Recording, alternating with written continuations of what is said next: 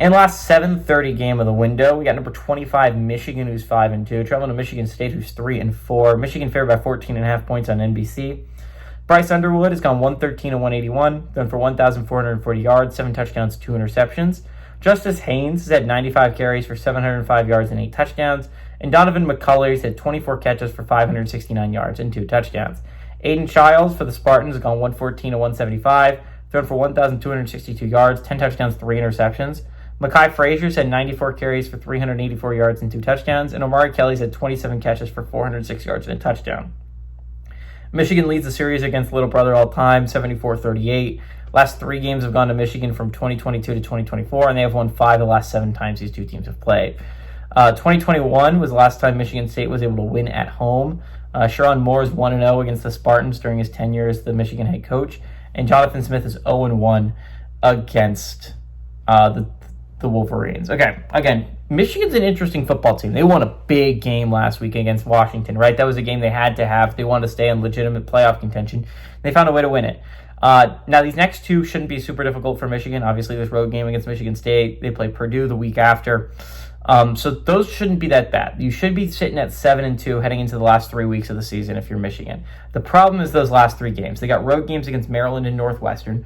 Now, of those 2 teams, Maryland's the only team still in playoff contention, but a road trip to Maryland is not going to be easy. That is a team that has looked pretty competent this year and has just gotten really unlucky. But obviously, the game that all Michigan fans have circled at the end of the year, and it's a game if you want to go to the college football playoffs, you're going to have to find a way to win, and that is the game against Ohio State to end the year. They're going to get in the big house, Ohio State, probably one of the best teams in the nation. They legitimately might be 11-0 heading into that football game. So again, just a massive game for Michigan. Again, the playoff fates will rest on the line if you're the Wolverines, if you can find a way to put yourself in that position. Again, that's not guaranteed, right? You're not guaranteed to put yourself in that position if you're the Wolverines.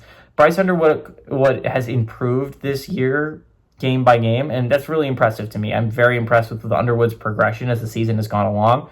But the Wolverines still have a lot of improvement. Like, they have a lot of pieces they need to improve. And they beat a good Washington team last week. I'm not going to take that away from them. That was a good win against Washington. But they still have a loss to USC on the resume and a loss to Oklahoma. And those are not 2 deadly losses. But if you finish 10-2, which would be a miracle, right? Those are teams that you're going to might be competing with. And if you lose tiebreakers to them, that could end up really hurting if you're Michigan.